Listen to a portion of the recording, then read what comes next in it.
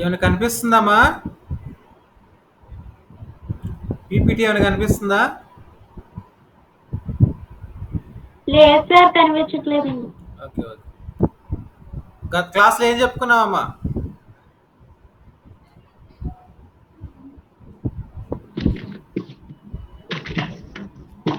Last క్లాస్లో ఏం చెప్పుకున్నాం? షెర్రాస్ ప్రభుత్వ ఆ,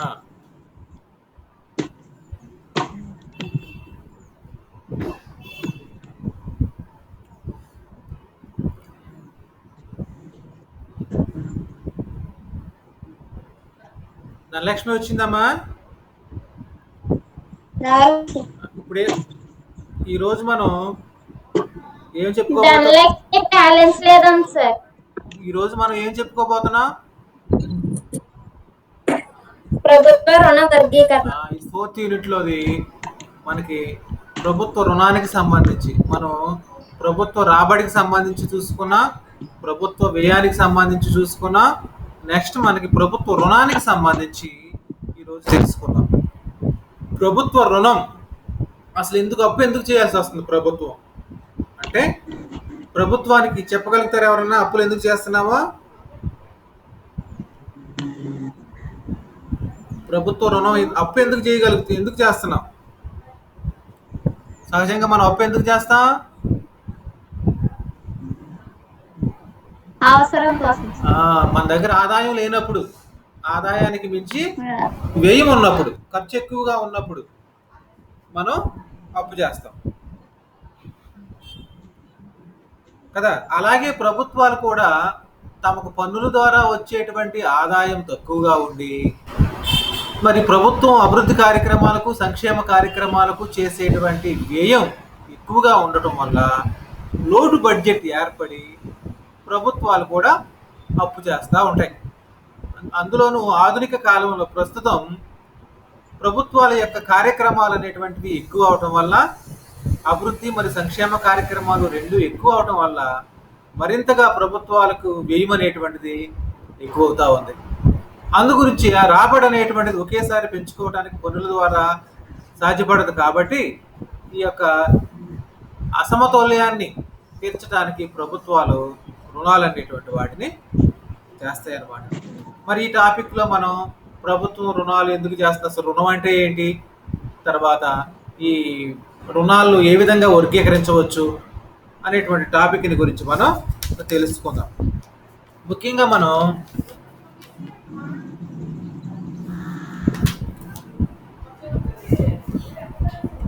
టేలర్ అనేటువంటి ఆర్థికవేత్త ఉన్నాడు.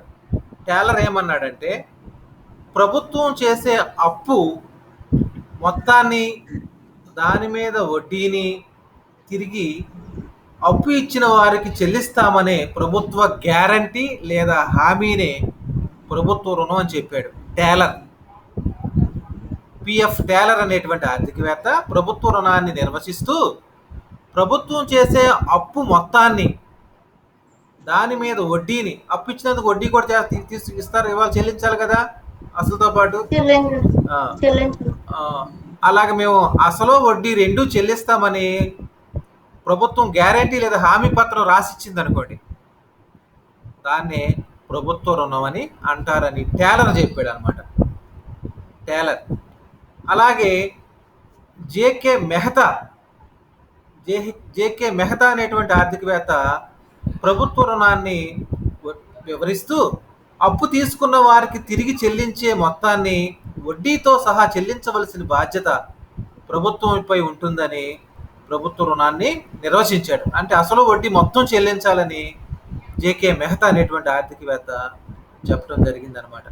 అలాగే ఫిండ్లీ షెర్రాస్ అనేటువంటి ఆర్థికవేత్త ఏమని చెప్పాడంటే, రుణ సేకరణ విధానాల స్వభావంపై ప్రభుత్వ వ్యయం ఆధారపడి ఉంటుందని అతను ఏమని చెప్పాడంటే, జాతీయ రుణం ప్రభుత్వం ప్రజలకు కానీ లేక ఇతర దేశస్తులకు కానీ చెల్లించవలసిన అప్పు అనేటువంటిది దేశంలో ఉన్నటువంటి ప్రజలైతే ప్రజలు, సంస్థలైతే సంస్థలు ఎవరి దగ్గర తీసుకుంటే వాళ్లకు, అలాగే ఇతర దేశస్తుల దగ్గర తీసుకుంటే వాళ్లకు చెల్లించవలసినటువంటి అప్పు అని ఫిండ్లీ షెర్రాస్ అనేటువంటి ఆర్థికవేత్త నిర్వచించడం జరిగింది. అయితే ఏది ఏమైనప్పటికీ ఈ రుణాలు, అప్పు తప్పనిసరిగా తీసుకున్నటువంటి వాటిని తిరిగి, అది స్వదేశస్తులకే కావచ్చు, విదేశస్తులకే కావచ్చు, సంస్థలకే కావచ్చు, దేనికైనా సరే తిరిగి చెల్లించాలి తప్పనిసరిగా. ఆ హామీ ఉంటేనే రుణదాతలు రుణాలు అనేటువంటి వాటిని ఇస్తారన్నమాట. అది ప్రభుత్వ రుణానికి సంబంధించిన నిర్వచనాలు మరియు ఉపోద్ఘాతం. మళ్ళా మనం ఇందులోనే చూడండి, వివిధ అవసరాల కొరకు ప్రభుత్వం అసలు ఎందుకు అప్పు చేస్తుందండి? మార్గాల నుండి రుణాలు సేకరిస్తుంది. రుణ సేకరణ మార్గాలు, అవసరాలు, స్వభావం, సేకరణ షరతులు, చెల్లింపుల గడువు కాలం మొదలగు అంశాల ఆధారంగా పరిశీలిస్తే ప్రభుత్వ రుణాలు ఒకదానికంటే ఒకటి వేరువేరుగా ఉంటాయి. కనుక ప్రభుత్వ రుణాలను అనేక రకాలుగా వర్గీకరించవచ్చు. అంటే ఏంటంటే ఇక్కడ మనకి ప్రభుత్వం తీసుకునేటువంటి రుణం అది దేనికోసం తీసుకుంటుంది అనేటువంటి అవసరాన్ని బట్టి, దాని యొక్క స్వభావాన్ని బట్టి, అది ఎంత కాలానికి తిరిగి చెల్లించాలనేటువంటి కాలాన్ని బట్టి, అది ఏ ఒప్పందం మీద వడ్డీతో సహా ఎప్పుడు ఎలా చెల్లిస్తామనేటువంటి ఆ యొక్క షరతులకు అనుగుణంగా ప్రభుత్వ రుణాలు అనేటువంటివి ఉంటాయని మనం చెప్తాం అన్నమాట. ఇందులో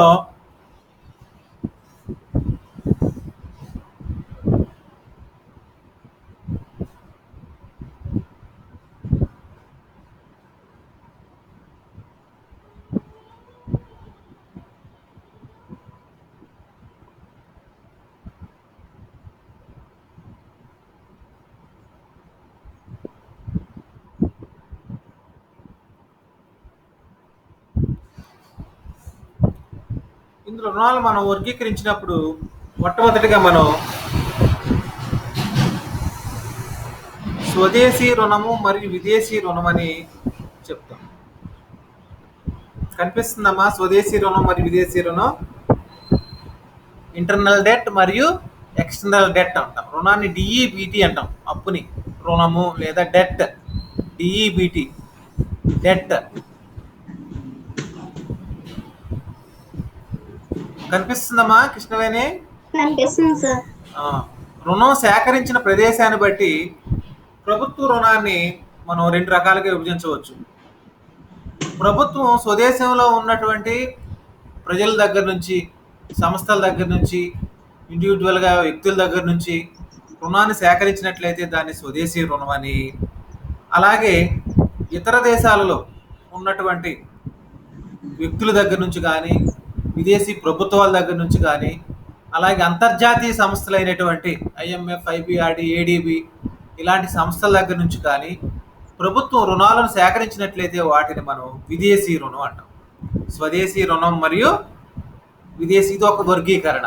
రుణ వర్గీకరణలో మొట్టమొదటిది స్వదేశీ రుణం మరియు విదేశీ రుణం, ఇంటర్నల్ డెట్ మరియు ఎక్స్టర్నల్ డెట్ అంటాం. స్వదేశీ రుణము మరియు విదేశీ రుణం. అయితే ఇక్కడ మనం స్వదేశంలో ప్రభుత్వం ప్రజల దగ్గర నుంచి ఎలా సేకరిస్తుంది రుణాలని? ఉదాహరణకు మనం ఏం చేస్తామంటే, మనం బ్యాంకులో డబ్బులు దాచుకుంటాం, ఫిక్స్డ్ డిపాజిట్ వేస్తాం, అది ప్రభుత్వ రుణాలుగా తీసుకోవచ్చు. అలాగే పోస్ట్ ఆఫీస్లో దాస్తాం, వాటిని ప్రభుత్వ రుణాలుగా తీసుకోవచ్చు. అలాగే సేవింగ్, రకరకాలైనటువంటి పద్ధతుల్లో మనం ఫిక్స్డ్గా వేసినటువంటి వాటిని పీపీఎఫ్, పబ్లిక్ ప్రావిడెంట్ ఫండ్లో ఉన్నటువంటి దాన్ని కానీ, లేకపోయినట్లయితే ఈ పోస్ట్ ఆఫీస్లో ఉన్నటువంటి వాటిలో కానీ సేవింగ్ డిపాజిట్స్ ప్రభుత్వం వీటిని రుణాలుగా తీసుకుని వాటిపైన వడ్డీని చెల్లిస్తుంది అన్నమాట. అది ఈ తీసుకున్నటువంటి రుణాలను తప్పనిసరిగా ప్రజల దగ్గర నుంచి సేకరించినటువంటి పొదుపు నుంచి తీసుకున్నటువంటి రుణాలను ప్రభుత్వం తీసుకుని వడ్డీ అనేటువంటి దాన్ని చెల్లిస్తుంది. అలాగే స్వదేశంలో ఉన్నటువంటి వ్యక్తులే, ప్రజలే కాకుండా సంస్థలు ఉంటాయి. కొన్ని సంస్థలు అంటే లేకపోతే పారిశ్రామికవేత్తలు ఉన్నారు, వ్యాపారస్తులు ఉన్నారు, పెద్ద పెద్ద ధనవంతులు ఉన్నారు, వాళ్ళ దగ్గర నుంచి కూడా ప్రభుత్వం రుణాలను స్వీకరించవచ్చు అనమాట. అది స్వదేశీ రుణం. అలాగే విదేశస్తులు, మన భారతీయులు విదేశాల్లో ఎక్కడ పారిలో బాగా స్థిరపడి ఉండొచ్చు, బాగా సంపాదించి ఉండొచ్చు, వాళ్ళ దగ్గర నుంచి రుణాలు తీసుకోవచ్చు. అలాగే విదేశస్తులు వ్యక్తుల దగ్గర నుంచి తీసుకోవచ్చు. విదేశాల్లో ఉన్నటువంటి పరిశ్రమలు కానీ, సంస్థలు కానీ, ఇంకేవైతే వాటి దగ్గర నుంచి తీసుకోవచ్చు. విదేశాల్లో ప్రభుత్వాల దగ్గర నుంచి తీసుకోవచ్చు. అలాగే అంతర్జాతీయ సంస్థలు ఉన్నాయి, అంటే అన్ని దేశాలకు సంబంధించినటువంటి సంస్థలు, అన్నిటికీ రుణాలు మంజూరు చేస్తూ ఉంటాయి. ఉదాహరణకు మనకి IMF, international monetary fund, IBRD, ప్రపంచ ఆర్థిక బ్యాంక్ అంటాం, ప్రపంచ bank, IBRD, international bank for development, IBRD, ఈ బ్యాంకులు ప్రపంచ బ్యాంక్ అంటాం. దీని ద్వారా కూడా ప్రభుత్వాలు రుణాలని పొందవచ్చు. అంతర్జాతీయ సంస్థలు అంటాం వీటి ద్వారా ప్రభుత్వం రుణాలను పొందవచ్చు అనమాట. అది ఒక వర్గీకరణ, స్వదేశీ రుణము మరియు విదేశీ రుణాలు. రెండోది ఉత్పాదకత రుణము మరియు అనుత్పాదకత రుణం. మరి ఇది దేన్ని మనకు తెలియజేస్తుందంటే, ఉత్పాదకత రుణము మరియు అనుత్పాదకత రుణం. ప్రభుత్వాలు రుణం తీసుకుంటాయి, దేనికోసం తీసుకుంటున్నాయి అనేటువంటి దాన్ని బట్టి దాన్ని మనం విభజించవచ్చు అనమాట. ఏ ఉద్దేశంతో తీసుకుంటుంది ప్రభుత్వాలు. ఉదాహరణకు అప్పు తీసుకుని అనవసరంగా ఖర్చు పెడతా ఉందా, లేక అవసరమైనటువంటి వాడికి ఖర్చు పెడతా ఉందా, దాని ఆధారంగా మనం ఉత్పాదకత రుణము మరియు అనుత్పాదకత, ప్రొడక్టివ్ అండ్ అన్ప్రొడక్టివ్, అంటే రుణ ప్రయోజనము లేదా ఉద్దేశాన్ని బట్టి ప్రభుత్వ రుణాలను ఉత్పాదకత రుణముగా మరియు అనుత్పాదక రుణాలుగా విభజించవచ్చు అన్నమాట. రుణాల ద్వారా సేకరించిన మొత్తాన్ని నిర్మాణానికి, అంటే రకరకాలైనటువంటి మూలధనం పెట్టుబడి అనమాట, ఆదాయాన్ని సమకూర్చేటువంటివి, వివిధ రకాలైనటువంటి పరిశ్రమలు, రైల్వేలు, విద్యుత్ శక్తి, నీటిపారుదల ప్రాజెక్టులు, ఇలాంటి వాటికి కనుక ప్రభుత్వం అప్పు తీసుకుందనుకోండి, మూలధనం పెట్టుబడులు అంటాం వాటి ద్వారా అప్పు తీసుకున్నటువంటి వాటిలో పెట్టుబడి పెట్టినచో ఏమవుతుంది, ప్రభుత్వానికి కొంతకాలానికి వాటి ద్వారా ప్రభుత్వాలకు ఆదాయం అనేటువంటిది వస్తుంది. కాబట్టి అంటే వీటిలో ఉత్పత్తి జరిగి తద్వారా ఉత్పత్తి ద్వారా ప్రభుత్వానికి ఆదాయం అనేటువంటిది సమకూరుతూ ఉందన్నమాట. ఇది ఉత్పత్తి కార్యక్రమాలకు, ఆదాయం సమకూర్చే కార్యక్రమాలకు ఉపయోగించే, తమకు తామే రుణాలను తిరిగి చెల్లించే శక్తి ఈ ఉత్పత్తిదారులకు ఉంటుంది. ఏవైతే ప్రభుత్వాలు ఈ యొక్క ఉత్పత్తి సంస్థలకు రుణాలు ఉత్పత్తి కోసం అప్పు చేసిందో ఆ అప్పుని వాటి కాడికి తీర్చుకునేటువంటి సామర్థ్యాన్ని పొందుతారు. ఎందువల్ల అవి ఉత్పత్తిని కొనసాగిస్తున్నాయి కాబట్టి, వాటికి ఆదాయం వస్తుంది కాబట్టి, రాబడి వస్తుంది కాబట్టి తిరిగి అప్పుని చెల్లించగలుగుతారు అన్నమాట. అందువల్ల ఈ రుణాలు ప్రజలకు రుణభారంగా ఏమి ఉండవు. ఈ ఉత్పాదకత కార్యక్రమాలపై ప్రభుత్వాలు అప్పు చేసినట్లయితే. అలాగే ప్రభుత్వ రాబడిని కానీ, ఆర్థిక వ్యవస్థ ఉత్పాదకతను కానీ పెంచడానికి తోడ్పడని రుణాలను అనుత్పాదకత రుణాలు అంటారు. అంటే ప్రస్తుతానికి యుద్ధం వచ్చింది, యుద్ధం కోసం రకరకాలైనటువంటి ప్రభుత్వం ఖర్చు చేసింది కోట్లాది రూపాయలు, దానివల్ల ప్రభుత్వానికి ఉత్పత్తి ఏమీ ఉండదు, ఆదాయం ఏమీ ఉండదు. అలాగే ప్రజా ఆరోగ్యం కానీ, విద్యా వైద్య సంక్షేమ కార్యక్రమాలకు ప్రస్తుతం ఖర్చు పెట్టింది, ప్రస్తుతం దానివల్ల వెంటనే ఏమీ రాదు, ఉత్పత్తి ఏమి ఉండదు కాబట్టి ఇలాంటి వాటిని మనం అనుత్పాదకత రుణాలు అన్నాం. ఇదొక వర్గీకరణ. ఏంటది? ఉత్పాదకత రుణము మరియు అనుత్పాదకత రుణము. మరొక వర్గీకరణ స్వచ్ఛంద రుణాలు మరియు నిర్బంధ రుణాలు. ప్రభుత్వం రుణ సేకరణకు అవలంబించిన పద్ధతిని బట్టి రుణాలను స్వచ్ఛంద రుణం మరియు నిర్బంధ రుణం అని వర్గీకరించవచ్చు. ప్రజలు స్వచ్ఛందంగా తమ శక్తి కొలది ప్రభుత్వానికి రుణాలు ఇచ్చినట్లయితే దాన్ని మనం స్వచ్ఛంద రుణాలని, అలాగే స్వచ్ఛంద రుణ విధానం ద్వారా ప్రభుత్వం తగినంత మొత్తంలో రుణాలను సేకరించకపోయినచో నిర్బంధ రుణాల విధానం ప్రభుత్వం సమకూరుస్తూ ఉంటుంది ప్రజల దగ్గర నుండి. అంటే ప్రభుత్వాలు అప్పు చేస్తూ ఉన్నాయి ప్రజల దగ్గర నుంచి. ప్రజలు ఇష్టపూర్వకంగా ప్రభుత్వానికి రుణాలు ఇచ్చినట్లయితే, అప్పు ఇచ్చినట్లయితే దాన్ని స్వచ్ఛంద రుణం అని. అయితే ప్రభుత్వం కొన్నిసార్లు ఏం చేస్తుందంటే అత్యవసర పరిస్థితుల్లో నిర్బంధ రుణాలు, మీరు తప్పనిసరిగా రుణాలు ఇవ్వండి అని నిర్బంధం చేస్తూ ఉంటుంది. కానీ వాస్తవంగా ఇప్పుడు ఈ ప్రజాస్వామ్య దేశాలలో నిర్బంధ రుణాలు అనేటువంటివి మనకి ఎక్కడా కనిపించవు. ఎందువల్ల నిర్బంధం చేస్తే ప్రజాస్వామ్య దేశంలో అందరూ కూడా మేము న్యాయ పోరాటానికైనా వెళ్తాము, మా హక్కులను హరిస్తున్నారు అని వాళ్ళు ఎదురు తిరుగుతారు. కాబట్టి నిర్బంధ రుణాలు అనేటువంటివి మన యొక్క ప్రజాస్వామ్య దేశాల్లో ఉండవు. ఇదొక వర్గీకరణ, స్వచ్ఛంద రుణాలు మరియు నిర్బంధ రుణాలు. అర్థమవుతుందమ్మా? స్వచ్ఛంద రుణం అంటే ఏంటి, నిర్బంధ రుణం అంటే ఏంటి? ప్రజలు తాము ఇష్టపూర్వకంగా ప్రజలకు ప్రభుత్వానికి అప్పు ఇవ్వడానికి సిద్ధపడినట్లయితే వాటిని స్వచ్ఛంద రుణం అంటారు. అలాగే ఇష్టం లేకపోయినా కూడా నిర్బంధంగా ప్రజల దగ్గర నుంచి రుణాలు తీసుకున్నట్లయితే సంస్థల దగ్గర నుంచి ప్రజల దగ్గర నుంచి వాటిని నిర్బంధ రుణాలని పేర్కొంటాం. మరొక వర్గీకరణ స్వల్పకాలిక రుణాలు మరియు మధ్యకాలిక రుణాలు, దీర్ఘకాలిక రుణాలు. ఇది ఒక 3 రకాలు. అంటే అప్పు తీసుకుని అప్పు చెల్లించే కాలాన్ని బట్టి, వ్యవధిని బట్టి రుణాలను మనం ఈ 3 రకాలుగా వర్గీకరిస్తాం. స్వల్పకాలిక రుణాలు, మధ్యకాలిక రుణాలు మరియు దీర్ఘకాలిక రుణాలని. అంటే అప్పును తిరిగి చెల్లించే కాల వ్యవధి 1 సంవత్సరం లోపు ఉందనుకోండి. సంవత్సరం లోపు అది 6 నెలలే కావచ్చు, 9 నెలలే కావచ్చు, 12 నెలలే కావచ్చు.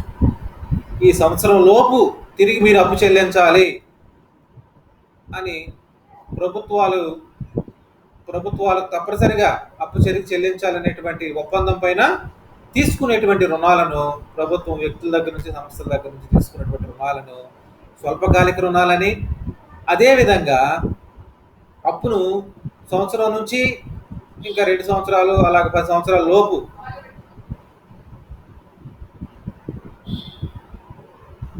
తిరిగి చెల్లించే ప్రాతిపదికన అప్పు తీసుకున్నట్లయితే వాటిని మధ్యకాలిక రుణాలని, 10 సంవత్సరాల పైన మేము 10 సంవత్సరాల తర్వాత చెల్లిస్తాము అని ప్రభుత్వం ఒప్పందం పైన అప్పులు తీసుకున్నట్లయితే వాటిని మనం దీర్ఘకాలిక రుణాలని అంటాం. స్వల్పకాలిక రుణాలకు ఉదాహరణ ఏంటంటే ట్రెజరీ బిల్లులు. ప్రభుత్వం ఏం చేస్తుందంటే టెంపరీగా ట్రెజరీ బిల్ అనేటువంటి వాటిని ఈ రిజర్వ్ బ్యాంక్ దగ్గర కొని తద్వారా అప్పు అనేటువంటి దాన్ని తీసుకుంటుంది అనమాట. ఆ ట్రెజరీ బిల్లుల రూపంలో, అంటే వాళ్ళు బాండ్లు కానీ ఇలాగ ట్రెజరీ బిల్లులు కానీ ఇలా గవర్నమెంట్ అప్పు తీసుకున్నప్పుడు ఇస్తుంది అనమాట. ఇవి దీర్ఘకాలిక రుణాలు అనేటువంటివి విద్య, వైద్యం, ఆరోగ్యం అలాంటి వాటి కార్యక్రమాలకు ప్రభుత్వం సేకరించవచ్చు అనమాట రుణాలు. ఇది స్వల్పకాలిక, మధ్యకాలిక మరియు దీర్ఘకాలిక రుణాలని అదొక వర్గీకరణ. నిధీకృతమైనటువంటి రుణము మరియు నిధీకృతం కాని రుణాలని మరొక రకం ఉంది. Funded debt and unfunded debt. ఇదేంటంటే నిధీకృత రుణానికి ఉదాహరణ ఏంటంటే స్వల్పకాలిక రుణం లేదా తాత్కాలిక అవసరాలకు తీసుకునేటువంటి వాటిని నిధీకృత రుణాలు అంటారు అనమాట. అంటే కాల వ్యవధిని బట్టి వీటిని కూడా అలా ఇంత చెప్పుకున్నట్టు స్వల్పకాలానికి సంబంధించినటువంటి వాటిని నిధీకృత రుణం అని చెప్పాము. ట్రెజరీ బిల్లులు అన్నాం. వీటిని ఫ్లోటింగ్ లోన్స్ అని కూడా అంటారు. ట్రెజరీ స్వల్పకాలిక రుణాలని ఫ్లోటింగ్ రోల్స్ అని కూడా నిధీకృతమైనటువంటి వాటిని అంటారు అన్నమాట.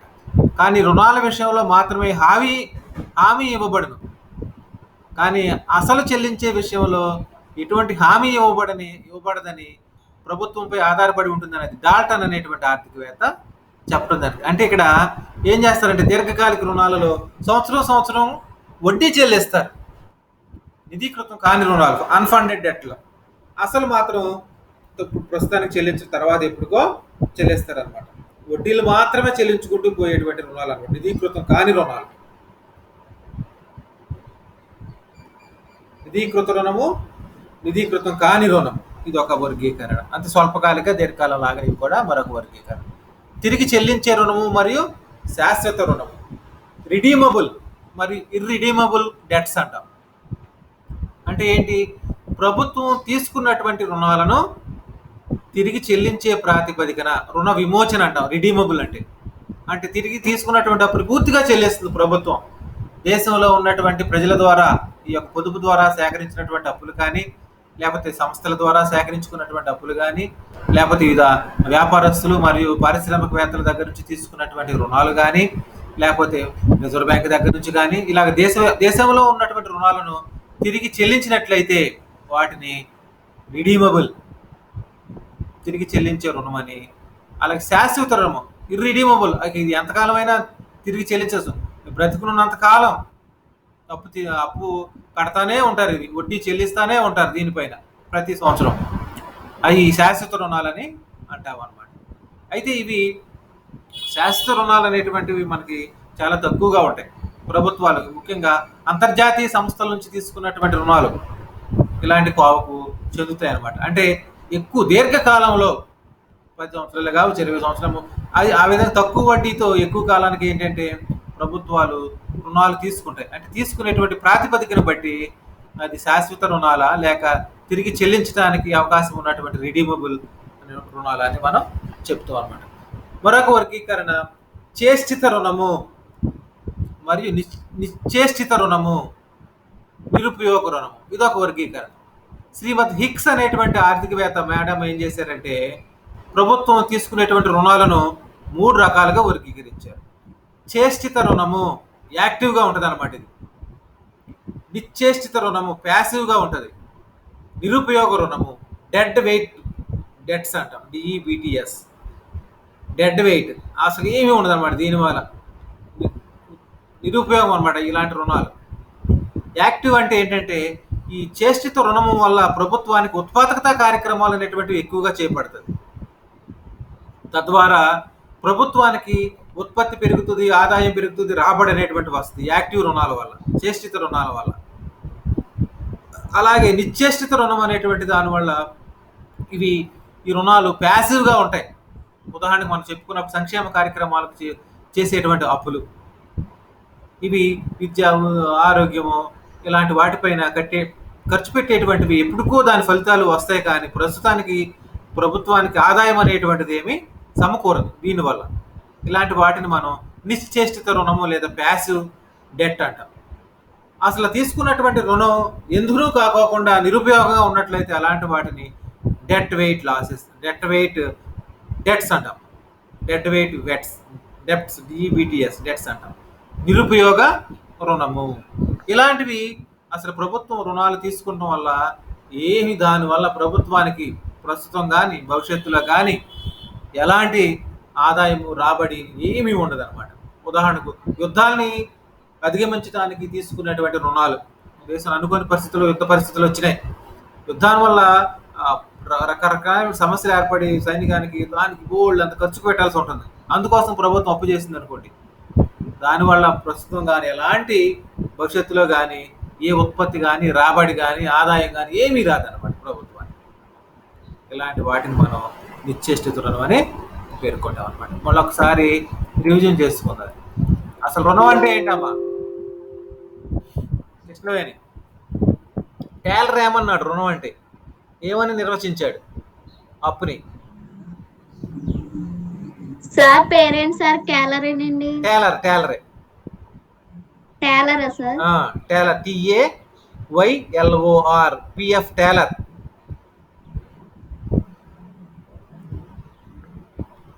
ప్రభుత్వం చేసే అప్పు మొత్తాన్ని,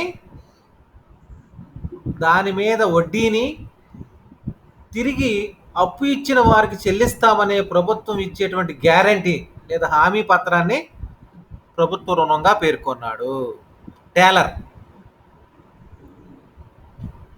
మెహతా ఏమని వర్ణించాడమ్మా? కిషోర్, మెహతా ఏమని వర్గీకరించాడు, ఏమని నిర్వచించాడు ఈ యొక్క రుణాన్ని? జేకే మెహతా.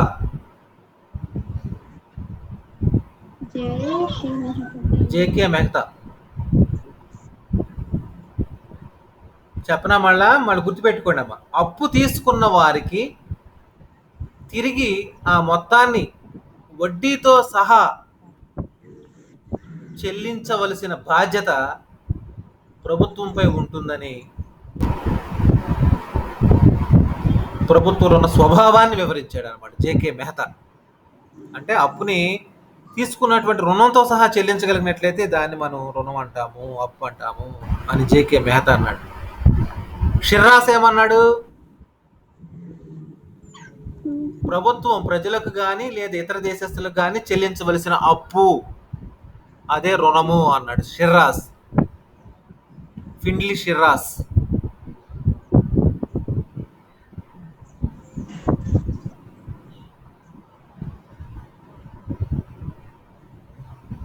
అయితే మనకి ప్రాచీన కాలం నుంచి చూసుకున్నట్లయితే సాంప్రదాయ ఆర్థికవేత్తలు ఈ ప్రభుత్వ రుణాలని అసలు రుణాలు తీసుకోకూడదని వాళ్ళు చెప్పారు. అంటే ప్రభుత్వానికి వచ్చేటువంటి రాబడి ఎంతైతే ఉందో ఆ రాబడికి అనుగుణంగానే వ్యయం అనేటువంటిది ఉండాలి. ప్రభుత్వం అప్పు చేయకూడదు. అప్పు చేస్తే ప్రభుత్వాలకు మంచిది కాదని సాంప్రదాయ ఆర్థికవేత్తలైనటువంటి ఆడమ్ స్మిత్, జేఎస్ మిల్, జేబీసే ఇలాంటి వాడు, రికార్డు ఇలాంటి ఆర్థికవేత్తలు పేర్కొన్నారు. వాళ్ళు అప్పుకి ఇష్టపడాల, అప్పు చేయడానికి. ప్రభుత్వం తనకు ఉన్నటువంటి ఆదాయంతోనే ఖర్చు చేసుకోవాలి, అప్పుకి వెళ్ళకూడదు అని ప్రాచీన కాలంలో. అయితే ఆధునిక కాలంలో ప్రభుత్వ కార్యక్రమాలన్నీ పెరిగిపోవడం వల్ల ప్రభుత్వ వ్యయం అనేటువంటిది పెరిగింది. ఈ ప్రభుత్వ వ్యయం అనేటువంటిది పెరగటం వల్ల ఏమైందంటే అప్పుడు ఆదాయం అనేటువంటిది తక్కువైంది. ఎప్పుడైతే ప్రభుత్వ ఆదాయం తక్కువైందో, వ్యయం అనేటువంటిది ఎక్కువైందో, అప్పుడు తప్పనిసరిగా రుణాలు అనేటువంటి వాటిని స్వీకరించుకోవాల్సిన బాధ్యత అనేటువంటిది ఏర్పడింది అనమాట కదా.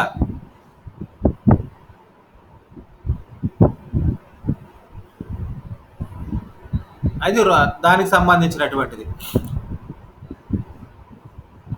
మళ్ళీ ఈ యొక్క ప్రభుత్వ రుణాల వర్గీకరణలో మనం మొట్టమొదటిగా మనం ఏమని చెప్పాం, స్వదేశీ రుణం మరియు విదేశీ రుణం అని చెప్పుకున్నాం.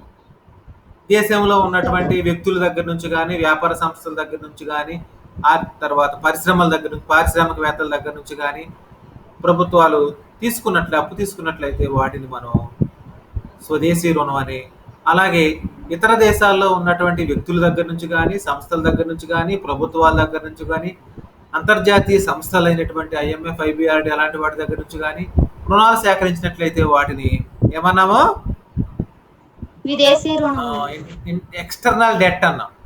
External, internal and external. Next productive and unproductive debt, DEBT. Debt అంటే రుణం, ప్రొడక్టివ్ అండ్ అన్ప్రొడక్టివ్, ఇది ఒక వర్గీకరణ. ఈ వర్గీకరణ మనకేం తెలియజేస్తుంది? ప్రభుత్వం తీసుకున్నటువంటి అప్పుల వల్ల ఆ రుణాలు దేనికి ఉపయోగిస్తున్నారు అనేటువంటి దాన్ని బట్టి ఆధారపడి ఉంటారు. తీసుకున్నటువంటి రుణాలు ఉత్పాదకత వస్తువులు తయారు చేసేటువంటి పరిశ్రమలకు కానీ, లేకపోయినట్లయితే విద్యుత్ శక్తి కానీ, రైల్వేలు కానీ, రవాణా కానీ, తర్వాత ఈ పెద్ద పెద్ద పరిశ్రమలకు కానీ, నీటిపారుదల ప్రాజెక్టులకు కానీ, ఇలాంటి ఉత్పాదకత అంటే ఉత్పత్తిని, సంపదను సృష్టించేటువంటి దానిపై ఖర్చు చేశారనుకోండి, దానికోసం అప్పు చేశారనుకోండి, సంపదను సృష్టించే, ఆదాయాన్ని సృష్టించే ప్రాజెక్టుల పైన ప్రభుత్వం ఖర్చు కోసం రుణం తీసుకుంటే దాన్ని మనం ఉత్పాదకత రుణం అంటాం. ఇది చాలా చాలా చాలా అప్పు చేసిన దీనివల్ల ప్రాబ్లం ఏముండదు, తిరిగి చెల్లించే సామర్థ్యం వాడికి వస్తుంది, మళ్ళీ ఆదాయం వస్తుంది కాబట్టి కదా. దీని మీద ఎలాంటి ప్రాబ్లం. కానీ అనుత్పాదకత రుణం అయినటువంటి అంటే అది ప్రభుత్వం ఆదాయం ఖర్చు పెడతా ఉంటుంది, అప్పు చేస్తూ ఉంటుంది, కానీ అప్పు దేనికోసం ఖర్చు పెడుతుంది?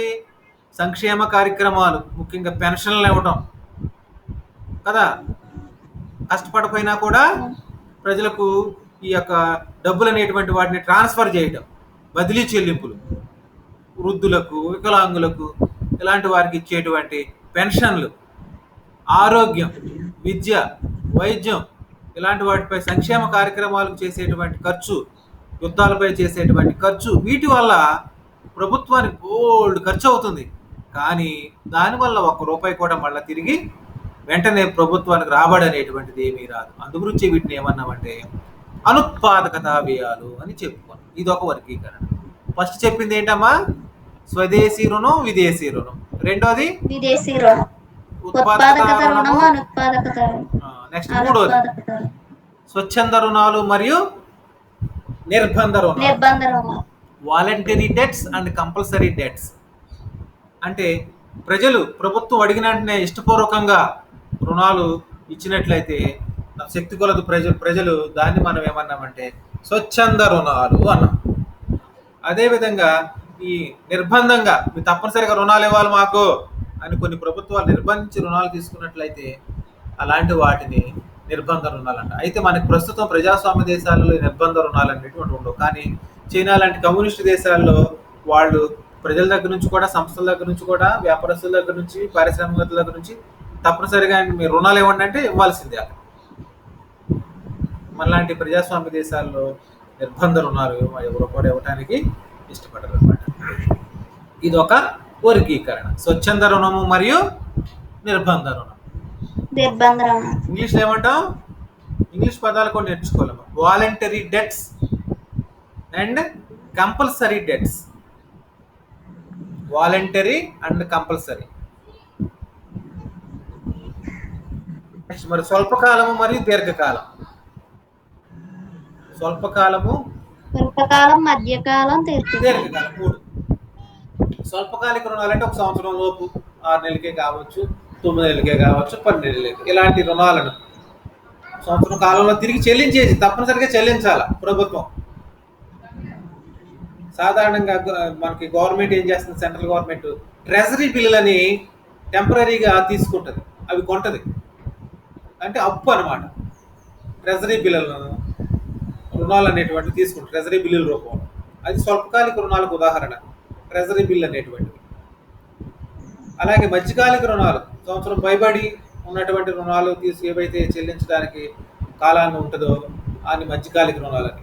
10 సంవత్సరాలు పైబడి ఉన్నటువంటి దాన్ని మనం దీర్ఘకాలిక రుణాలని అంటాం. ఇవి దీర్ఘకాలిక రుణాలు ఎందుకోసం అంటే పెద్ద పెద్ద ప్రాజెక్టులు నిర్మించడం కోసం, విద్య, వైద్యం, ఆరోగ్యం, సంక్షేమ కార్యక్రమాలు, ఇలాంటి వాటికి ప్రభుత్వం దీర్ఘకాలిక రుణాలను తీసుకోవచ్చు అనమాట, దేశీయంగా కానీ విదేశీయంగా కానీ.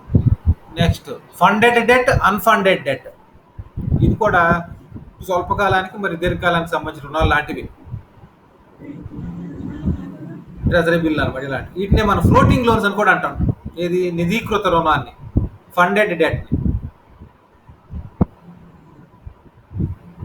కానీ రుణాల విషయంలో హామీ ఇవ్వబడదు, కానీ అసలు చెల్లించే విషయంలో ఈ అన్ఫండెడ్ డెట్ ఉంది కదా, డాల్టన్ ఏమంటాడంటే, డాల్టన్ అంటే ఆర్థికవేత్త, అసలైతే చెల్లించడో తెలియదు కానీ రుణాలపైన వడ్డీని మాత్రం చెల్లిస్తారు, అసలు ఎప్పుడు చెల్లిస్తారు అనేటువంటిది తెలియదు అన్ఫండెడ్ డెట్లో. అంటే వీటి కోసం ఫండ్స్ అనేటువంటివి అప్పు చెల్లించడానికి ఏమీ ఉండదు, రుణాలు వడ్డీ చెల్లించడానికి మాత్రం ఫండ్ అనేటువంటిది దాన్ని ఏర్పాటు చేసుకుంటారు అనమాట. అంటే కొంత అప్పు చెల్లించడానికి కొంత నిధులు అనేటువంటి దాన్ని వీళ్ళు ఏర్పాటు చేసుకుని చెల్లించినట్లయితే నిధీకృతం అని, అలాగే దానికోసం ఏమి ఏర్పాటు చేసుకున్నట్లయితే నిధీకృతం కాని రుణాలని చెప్పడం జరిగింది అనమాట. అదేవిధంగా తిరిగి చెల్లించేటువంటి రుణం శాశ్వత మరియు శాశ్వత రుణం, రిడీమబుల్, ఇర్రిడీమబుల్. తిరిగి చెల్లిస్తానికి అది స్వల్పకాలంలో కావచ్చు, దీర్ఘకాలంలో కావచ్చు, వడ్డీతో సహా మొత్తం చెల్లించగలిగితే దానిని రిడీమబుల్ అంటాం. అలాగే ఇర్రిడీమబుల్, శాశ్వతమైన రుణం, ఇది ఎప్పుడు చెల్లిస్తామో తెలియదు, ఎప్పుడు పూర్తవుతుందో తెలియదు, వడ్డీ మాత్రం చెల్లిస్తూ ఉంటారు, అసలుకి ఎప్పుడు పూర్తవుతుందో అనేటువంటిది, విమోచన అనేటువంటిది ఉండదో కూడా తెలియదు. ఇది అప్పు నుండి వాళ్ళు ఏ ప్రభుత్వం విముక్తి చేస్తుందో కూడా తెలియదు. వచ్చిన ప్రభుత్వాలన్నీ ఏం చేస్తూ ఉన్నాయి, అప్పు చేయటమే, అప్పు చేసి అది అభివృద్ధి సంక్షేమ కార్యక్రమాలకి ఖర్చు పెడతా ఉన్నారు, కానీ ఆ అప్పులు ఎప్పుడు తీరుతాయో తెలియనటువంటి పరిస్థితి ఏర్పడతా ఉందన్నమాట. మరొక వర్గీకరణ చేష్టిత రుణము. చేష్టిత, ఇక్కడ ఇది రాయాలమ్మా, చేష్టిత తీసి రాయకూడదు, చేష్టిత ఇది రాయాలి. చేష్టిత రుణము మరియు నిశ్చేష్టిత రుణము, నిరుపయోగ రుణం అని శ్రీమతి హిక్స్ అనేటువంటి ఆర్థికవేత్త మేడం ఏం చేస్తుందంటే, శ్రీమతి హిక్స్ ఈ రుణాన్ని 3 రకాలుగా active debt, passive debt and dead weight debt. Dead weight అంటే అసలు దానివల్ల ఏం ఉపయోగం ఉండదు అనమాట, డెడ్లోనే చచ్చిపోయితే ఉపయోగం ఏమీ లేదు. అలాగే ఏమి ఉపయోగం, ఇలాంటి రుణాలు తీసుకుని ఖర్చు చేయడం వల్ల ప్రభుత్వాలకి ఎలాంటి ఉపయోగం ఉండదు అనమాట డెడ్ వెయిట్ రుణాలు. ప్యాసివ్, అవి నిద్రానంగా ఉంటాయి. నిశ్చేష్టిత రుణాలు సంక్షేమ కార్యక్రమాలపైన వాటిపైన ఖర్చు పెడతారు, ఇలాంటివి తీసుకున్నటువంటి రుణాలు, కానీ వాటి వెంటనే దాని ఫలితాలు ఉండవు, ఎప్పుడో దీర్ఘకాలంలో వస్తాయేమో తెలియదు. విద్య, వైద్యం అలాంటి వాటిపై ఖర్చు పెట్టేటువంటి దానికోసం చేసినటువంటి అప్పు. అలాగే యాక్టివ్, చేష్టిత రుణం, ఇవి ఉత్పాదకత కార్యక్రమాల కోసం, మూలధనం పెట్టుబడులు పెట్టడం కోసం చేసేటువంటి రుణం. అంటే వీటి వల్ల ప్రభుత్వానికి ఉత్పత్తి పెరుగుతుంది, ఆదాయం పెరుగుతుంది, లాభాలు వస్తూ ఉంటాయి, మళ్ళీ వాటిని తిరిగి చెల్లించేటువంటి సామర్థ్యం కూడా పెరుగుతుంది అనమాట. ఇది మనకి చేష్టిత రుణము మరియు నిశ్చేష్టిత రుణం అని చెప్తారు. ఇంకా డౌట్స్ ఉన్నాయేమో చూడండి. ఇందులో ఎన్ని రకాలు చెప్పాము, ఒక్కొక్కటి చెప్పండి మళ్ళా. స్వదేశీ రుణం, విదేశీ రుణం. నెక్స్ట్ కృష్ణవేణి, 2వ రకం.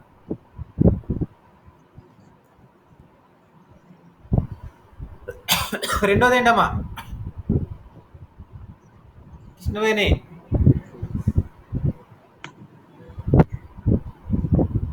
అదిగో వచ్చింది, కనిపిస్తుందా?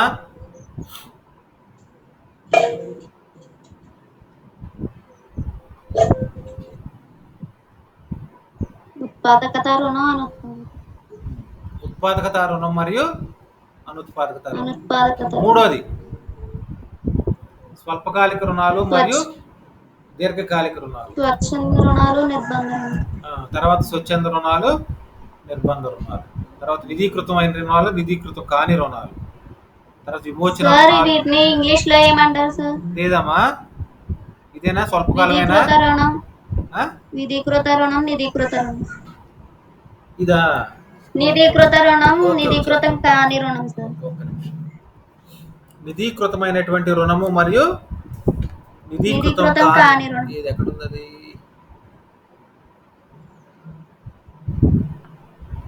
స్వల్పకాలం, స్వచ్ఛంద రుణాలు, తర్వాత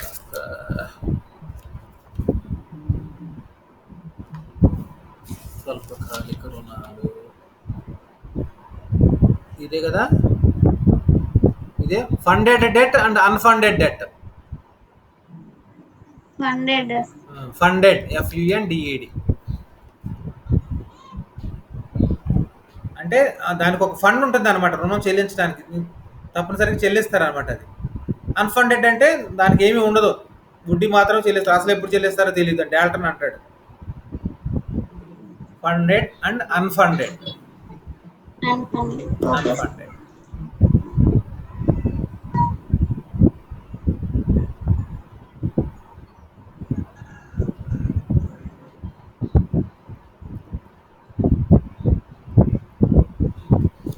హిక్స్, శ్రీమతి హిక్స్ ఎన్ని రకాలుగా విభజించిందమ్మా? 3 రకాలుగా సార్.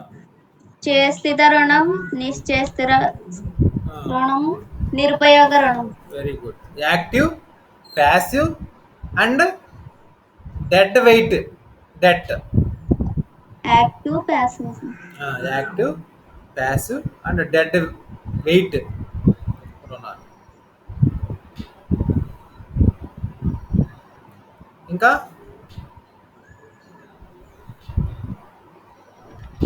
ఇది ప్రభుత్వ తిరిగి చెల్లించే రుణాన్ని శాశ్వత రుణం. అమ్మా? తిరిగి చెల్లించే రుణం, శాశ్వత రుణం ఇంగ్లీష్ లో చెప్పండి సార్. తిరిగి రిడీమబుల్, విమోచన రుణం అంటాం కదా, తిరిగి చెల్లించేటువంటి రుణాలు.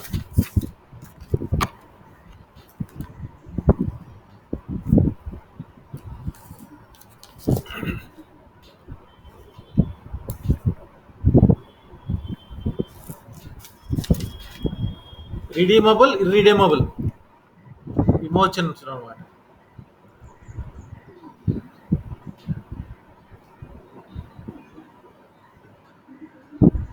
Okay sir. రిడీమబుల్, ఇర్రిడీమబుల్.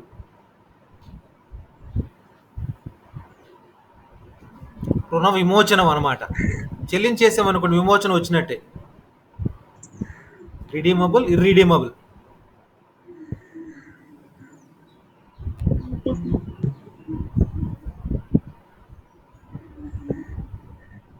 చేష్టిత రుణము, నిశ్చేష్టిత రుణము, నిరుపయోగ రుణము.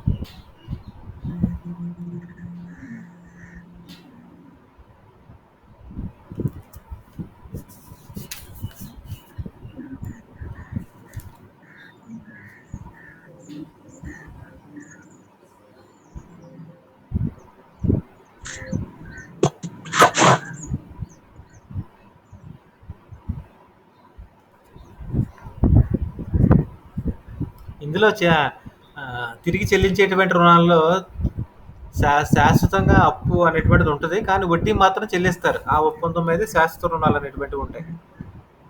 రిడీమబుల్, అది ఎప్పుడు తీరద్దో తెలియదు, వడ్డీ మాత్రం ప్రతి సంవత్సరం కూడా చెల్లిస్తూ ఉంటారు. చెల్లిస్తూనే ఉన్నారు.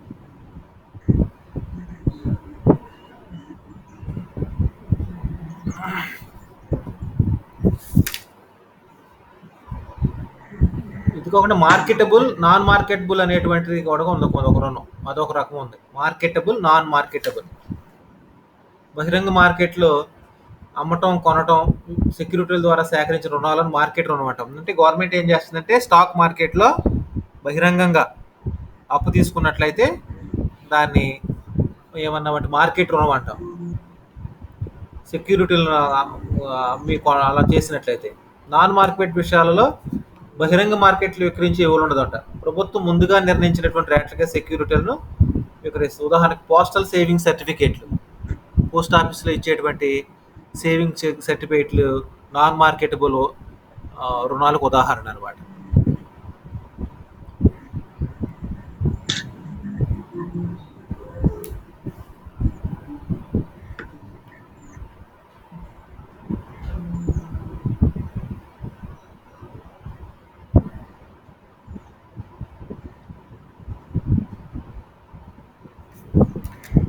ఇంకేంటమ్మా కిషోర్?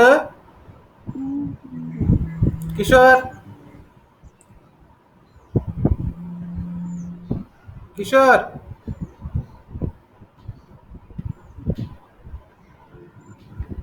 కిషోర్ ఎక్కడున్నావు?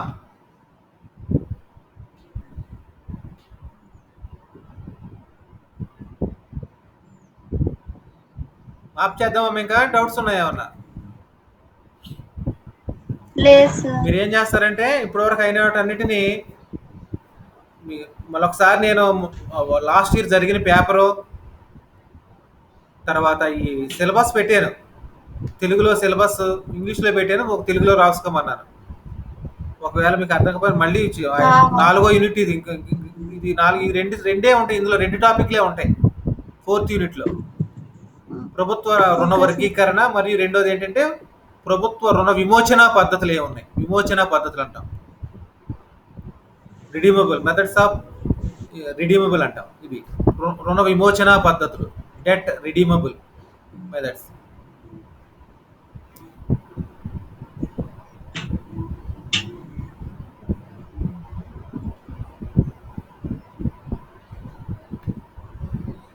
చూడండి యూట్యూబ్లో మీకు పెడుతున్నాను లింకులు, అవన్నీ చూసుకోండి అమ్మా.